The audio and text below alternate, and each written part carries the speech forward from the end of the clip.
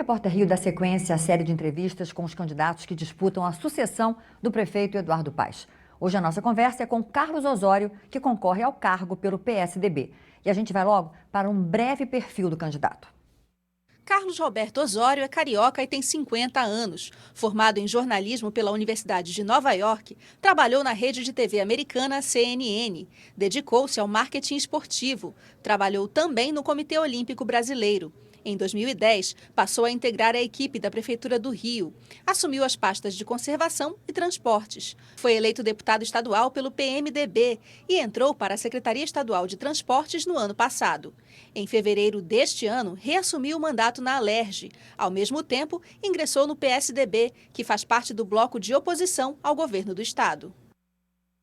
E a gente lembra que a entrevista terá 15 minutos de duração, que começam a ser contados a partir do início da primeira resposta. E que as perguntas são basicamente as mesmas para todos os candidatos. Com a gente também os jornalistas Vladimir Platonov, da Agência Brasil, e Tâmara Freire, das rádios EBC. E o nosso colega do visual, Jonatas Narciso, que faz a tradução da entrevista para a língua brasileira de sinais. Muito bem-vindos todos. Boa tarde, candidato. Boa tarde. Boa tarde. Bom, o senhor foi secretário de Transporte do Estado e do município, né? Eu lhe pergunto, que nota merece o transporte público na cidade do Rio e por quê? Olha, Carla, primeiro boa tarde a todos, boa tarde àqueles que nos acompanham. O transporte público na cidade do Rio de Janeiro não vai bem e ele vem piorando, principalmente o serviço dos ônibus, ao longo dos últimos anos.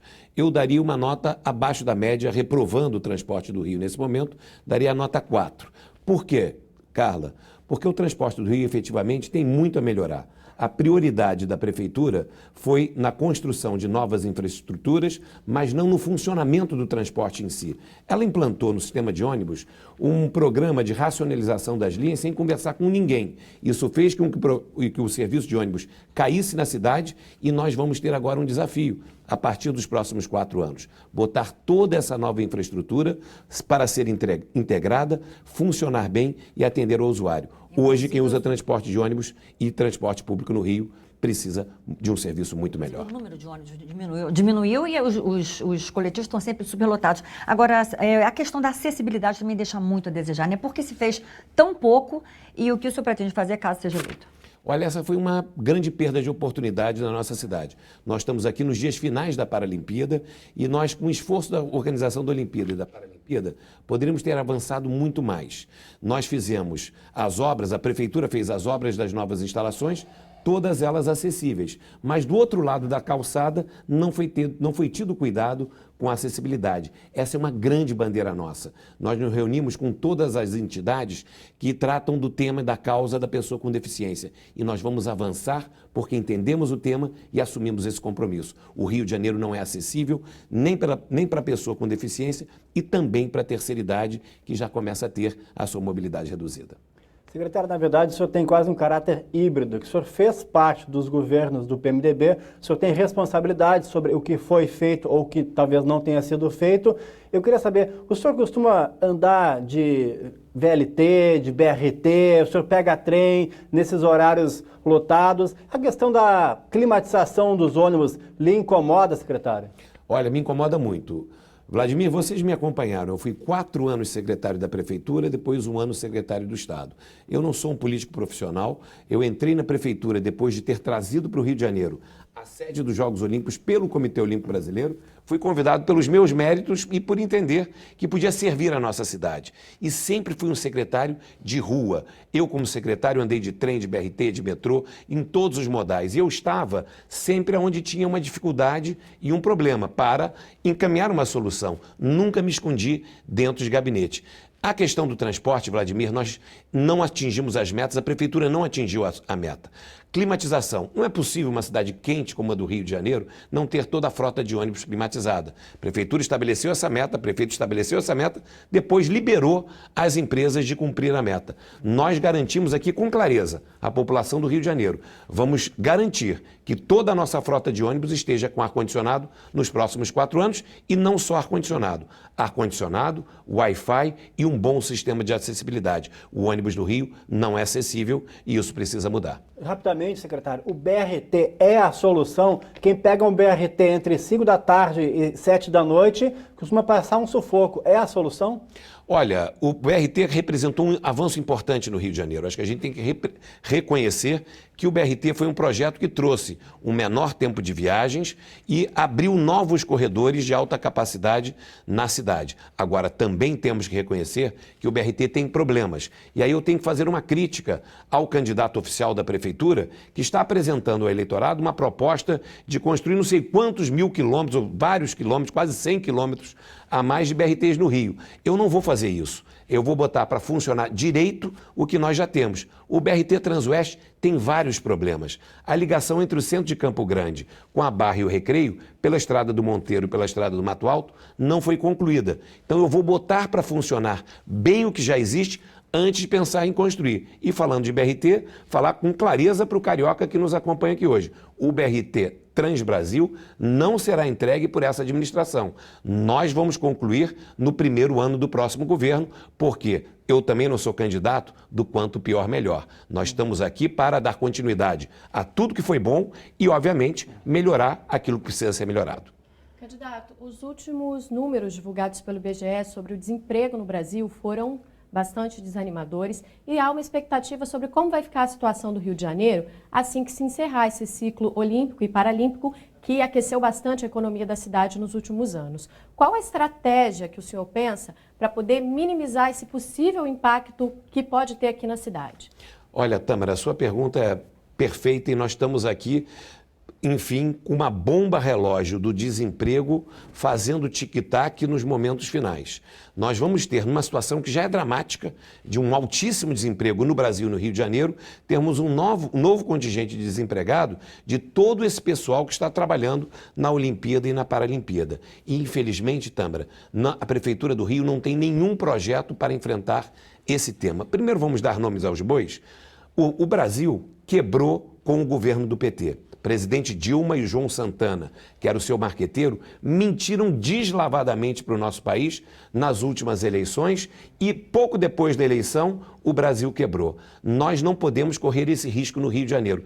Temos 12 milhões de desempregados no Brasil, mais de 1 milhão no estado do Rio de Janeiro, por conta da irresponsabilidade do PT. Nós não representamos nada disso. Nós representamos o outro campo, que acredita no empreendedorismo e acredita na boa gestão. Como é que a gente vai criar emprego no Rio de Janeiro? Duas frentes principais. Saneamento. Não é possível que a gente tenha problema hoje, no século XXI, de esgoto na porta da casa das pessoas no Rio de Janeiro. O saneamento é altamente intensivo em mão de obra. E cada bilhão de real investido no saneamento, você cria 58 mil empregos. São os empregos que nós perdemos na construção civil das obras olímpicas, que vão para as comunidades, gerando emprego lá. E vamos, claro, apostar nas vocações do Rio, no turismo principalmente, porque pode movimentar a nossa economia. E a última coisa, prefeitura precisa parar de atrapalhar. Hoje a prefeitura atrapalha o empreendedor. Você quer abrir uma empresa no Rio de Janeiro, um negócio, um comércio? 1 ano para o alvará e depois mais 1 ano para você ter a sua licença de letreiro, ficar aquele saco de lixo preto em cima do letreiro. Construir alguma coisa, 2 a 4 anos para obter uma licença de obra. Nós vamos mudar tudo isso. Como é que você vê a proposta de privatização da SEDAI? Olha, esse é um tema do governo do estado, não é da prefeitura, mas eu aqui me posiciono como deputado estadual que sou. Acho que a privatização da SEDAI tem que ser muito bem estudada.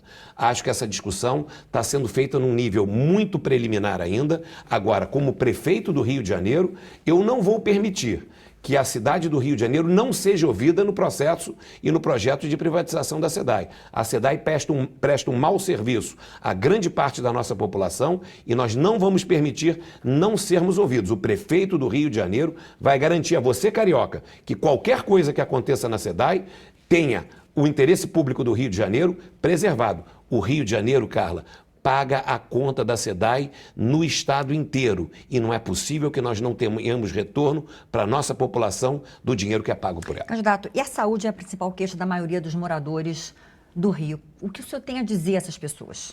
Olha, vamos falar com toda franqueza, a saúde, você tem toda a razão, é o maior problema de serviço público no Rio de Janeiro. Cidadão carioca, fala para mim na rua, Osório, sabe o que acontece com a gente? Nós só temos uma alternativa, temos que rezar para não ficar doentes, porque se ficarmos, vamos ter problemas graves. Essa é a situação da saúde pública no Rio.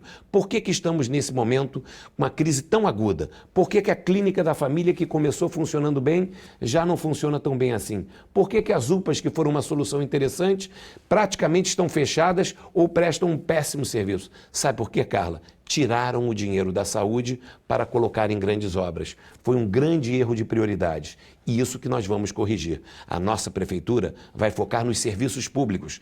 Eu não vou fazer uma ponte, um túnel, um viaduto no Rio de Janeiro, enquanto o nosso cidadão não estiver sendo corretamente atendido na saúde. Vamos fiscalizar as OS, vamos acabar com a roubalheira que existe dentro dessas OS. Aliás, hoje apareceu uma notícia no jornal que um dos doadores do candidato Pedro Paulo é justamente um dirigente de organização social de saúde. Estranho, mas essa é uma coisa que a Justiça Eleitoral deve apurar. Saúde vai ser enfrentada com gestão e eu, como prefeito do Rio, não vou descansar um minuto enquanto a nossa população não estiver sendo corretamente atendida. Isso não acontece hoje.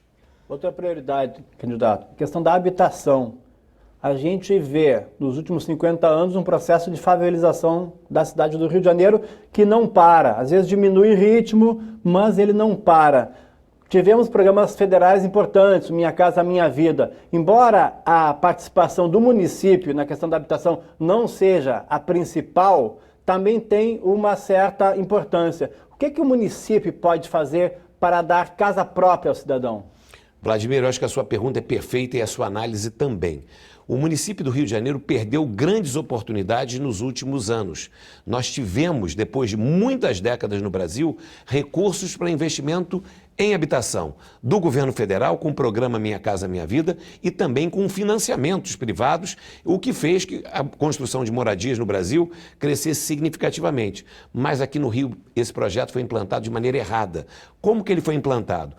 Condomínios, pegar o Minha Casa Minha Vida, um monte de condomínios em áreas remotas da zona oeste do Rio, em locais que não têm infraestrutura de transporte, não tem infraestrutura de saúde e de educação, a população colocada naquele local e hoje essa população está refém de milicianos ou de traficantes. Como é que nós vamos fazer? Nós vamos investir nas áreas já infraestruturadas da cidade que estão degradadas.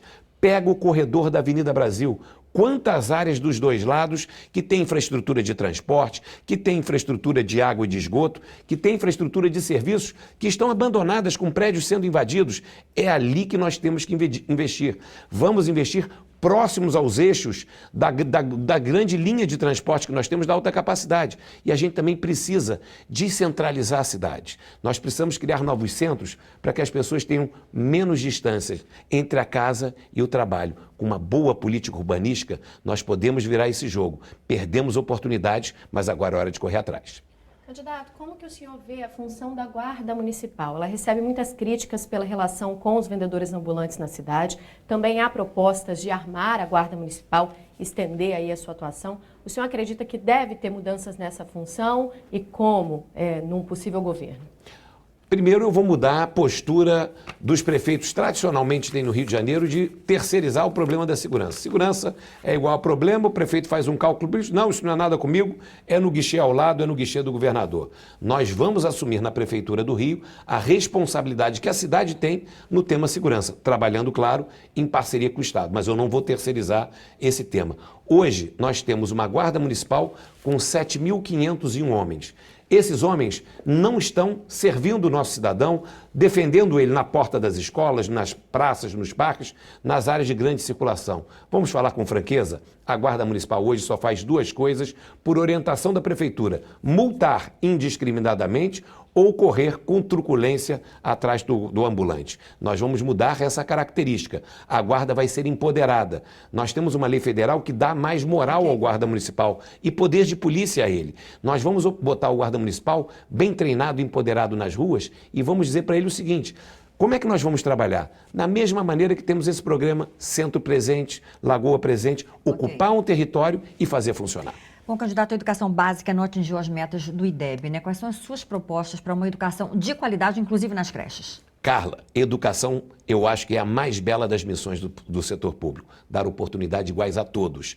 Nós vamos investir para, primeiro, zerar esse problema de vagas em creche e pré-escola. E não é só construindo prédio novo, que é o que a administração atual faz. Vamos aumentar a rede conveniada, apostar nela para receber mais crianças.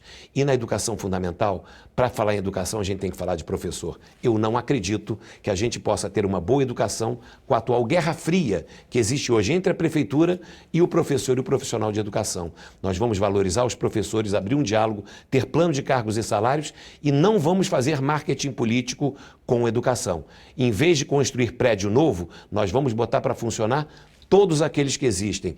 49% das escolas no nosso município não tem professor. 43% estão em péssimo estado de conservação. Essa história de abrir uma escola nova para aparecer em programa de televisão enquanto as crianças são mal servidas noutros, não conte comigo. O senhor tem agora 1 minuto para suas considerações finais. Olha só, queria primeiro agradecer a todos vocês a oportunidade de estar aqui conversando e falar para você, eleitor, nós estamos entrando na reta final das eleições.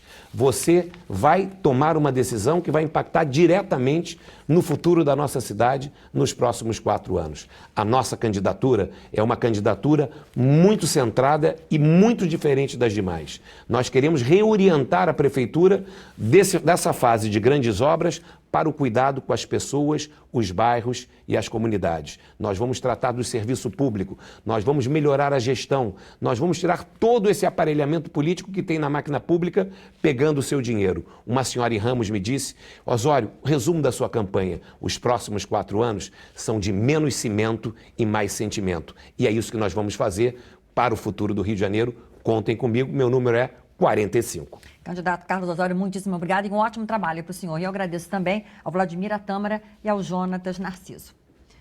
E na segunda-feira, o nosso entrevistado será o candidato Alessandro Molon, da Rede Sustentabilidade, que já confirmou presença.